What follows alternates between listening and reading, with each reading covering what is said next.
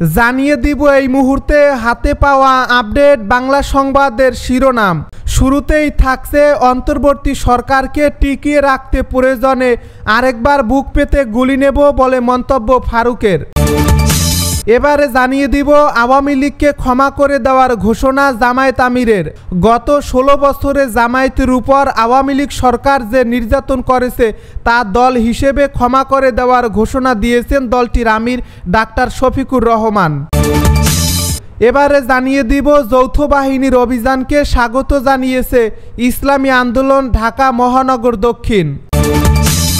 জানিয়ে দিব বহিষ্কৃত বিএনপি নেতা ফখর উদ্দিনের বিরুদ্ধে এবার আইনি পদক্ষেপ।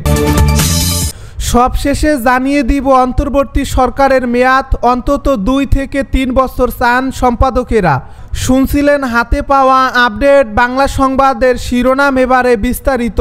তবে তার আগে অনুরোধ রইল ভিডিওটিতে একটি লাইক দিন এবং কমেন্ট করে জানিয়ে দিন ভিডিও সম্পর্কে আপনার মূল্যবান মতামত।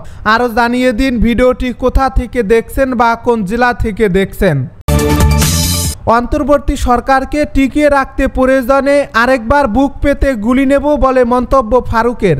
অন্তর্বর্তীকালীন সরকারকে টিকিয়ে রাখতে প্রয়োজনে আবারও বুকে গুলি নেবেন বলে মন্তব্য করেছেন বিএনপি চেয়ারপারসনের উপদেষ্টা জয়নুল আবেদিন ফারুক। মঙ্গলবার জাতীয় প্রেস ক্লাবের সামনে বর্তমান সরকার ও দেশের বিরুদ্ধে দেশীয় ও আন্তর্জাতিক ষড়যন্ত্রের প্রতিবাদে আয়োজিত এক অবস্থান কর্মসূচিতে প্রধান অতিথির বক্তব্যে তিনি এ মন্তব্য করেন। এ সময় জয়নুল আবেদিন ফারুক বলেন, 16 বছর ধরে টানা অবিচার অত্যাচার হয়েছে, আজও চক্রান্ত চলছে। এই চক্রান্তকারীরা এত সাহস কোথায় পায় যে তারা আপনার সরকারকে অস্থিতিশীল করার জন্য উঠে পড়ে লেগেছে। জরুরি ভিত্তিতে তাদেরকে আইনের আওতায় আনতে হবে। খুনি হাসিনা পালিয়ে যেতে সক্ষম হয়েছেন, তার পরিবারের সদস্যরা তো পালাতে পারেনি। তাদের একজনকেও কেন এখন পর্যন্ত গ্রেপ্তার করা হচ্ছে না? তার বিরুদ্ধে প্রতিবাদ করার জন্য আজ আমি এখানে দাঁড়িয়েছি।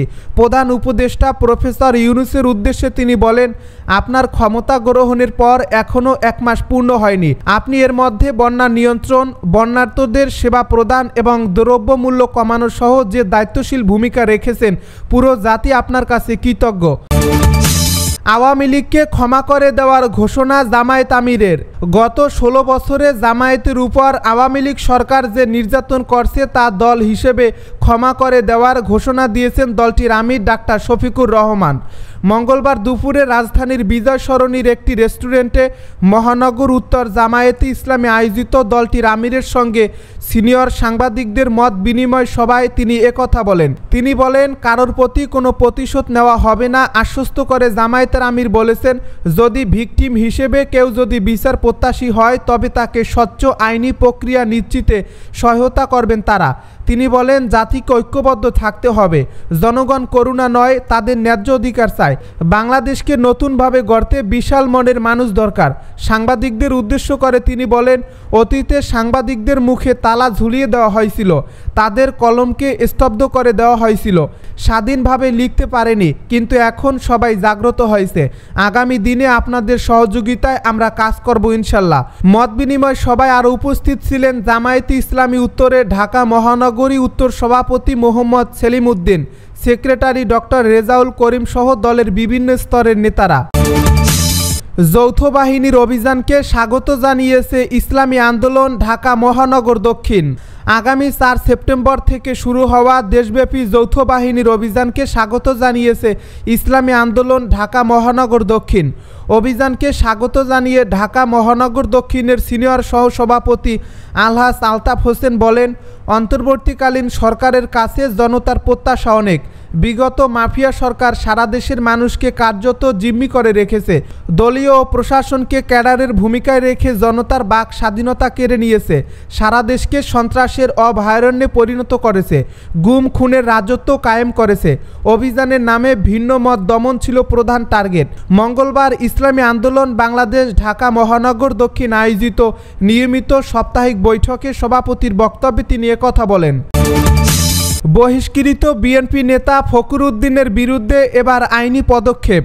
বাংলাদেশ জাতীয়তাবাদী দলের নাম ব্যবহার করে বিভিন্ন প্রতিষ্ঠানে অনৈতিক সুবিধা আদায়ের অভিযোগে দল থেকে বহিষ্কৃত ময়মনসিংহ দক্ষিণ জেলা শাখার যুগ্ম আহ্বায়ক ও ভালুকা উপজেলা শাখার আহ্বায়ক ফখরুদ্দিন আহমেদ বাচ্চু সহ অজ্ঞাতনামা 15 থেকে 20 জনের বিরুদ্ধে লিখিত এজাহার দায়ের করা হয়েছে।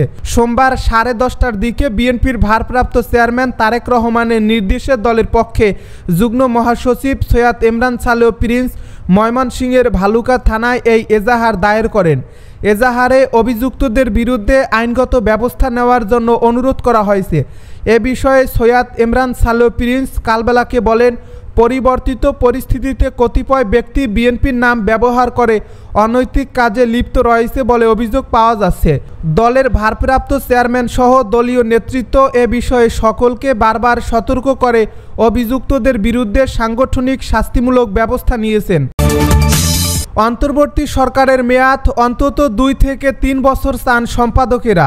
দেশের শীর্ষস্থানীয় সংবাদপত্রের সম্পাদকরা বর্তমান অন্তর্বর্তীকালীন সরকারের অন্তত 2 থেকে 3 বছর দায়িত্ব পালনের পক্ষে মত দিয়েছেন বলে জানিয়েছেন প্রধান উপদেষ্টার প্রেস সচিব শফিকুল আলম। দেশের বিভিন্ন সংবাদপত্রের 20 জন সম্পাদক মঙ্গলবার রাষ্ট্রীয় অতিথি ভবন যমুনায় প্রধান উপদেষ্টা ডক্টর মোহাম্মদ ইউনূসের সঙ্গে মত বিনিময় করেন। পরে ফরেন সার্ভিস একাডেমিতে সাংবাদিকদের ব্রিফ করেন প্রেস সচিব। প্রধান উপদেষ্টার প্রেস সচিব জানান, রাজনৈতিক দলগুলোর সঙ্গে মত বিনিময় কালে প্রধান উপদেষ্টাকে তারা বলেছিলেন অন্তর্বর্তী সরকার যেন যৌক্তিক সময় পর্যন্ত থাকে। এই যৌক্তিক সময় আসলে কতটা সময় সে বিষয়ে ডক্টর ইউনূস সম্পাদকদের কাছে জানতে চান। এই সময়টাতে কি মৌলিক কাজ সরকারের করা উচিত এ বিষয়ে পরামর্শ চান তিনি। সম্পাদকদের দেওয়া প্রস্তাবগুলো তুলে ধরে শফিকুল আলম বলেন, বিভিন্ন রকম কথা এসেছে, যেমন অন্তত 2 বছর মেয়াদ দেওয়া যেতে পারে। অনেকে আবার 2 থেকে 3 বছরের কথাও বলছেন। আবার কেউ প্রয়োজনীয় সংস্কার সম্পন্ন করতে যতটা সময় লাগে তা দেওয়ার পক্ষে প্রস্তাব দেন। শফিকুল আলম বলেন, তবে অন্তর্বর্তী সরকারের মেয়াদ নিয়ে বেশিরভাগই বলেছেন যেসব সংস্কার কাজ বা যে কর্মপরিকল্পনা অন্তর্বর্তী সরকারে রয়েছে সেটিই আসলে নির্ধারণ করবে এই সরকারের মেয়াদ কতদিন হবে। মত বিনিময় সভায় অন্তর্বর্তী সরকারের প্রধান উপদেষ্টা প্রফেসর ডক্টর মোহাম্মদ ইউনূস রাষ্ট্র মেরামতের লক্ষ্যে প্রয়োজনীয় সংস্কার সাধনের জন্য জাতীয় ঐক্যের উপর গুরুত্ব আরোপ করেছেন। প্রধান উপদেষ্টাকে উদ্ধৃত করে শফিকুল আলম বলেন, প্রধান উপদেষ্টা বলেছেন, ছাত্র জনতার অভ্যুত্থান রাষ্ট্র মেরামত করার জন্য মস্ত বড় সুযোগ এনে দিয়েছে বাংলাদেশকে নতুন শিখরে নেওয়ার জন্য। এই সুযোগ কাজে লাগাতে হবে, তবে এর জন্য জাতীয় ঐক্যের খুব প্রয়োজন।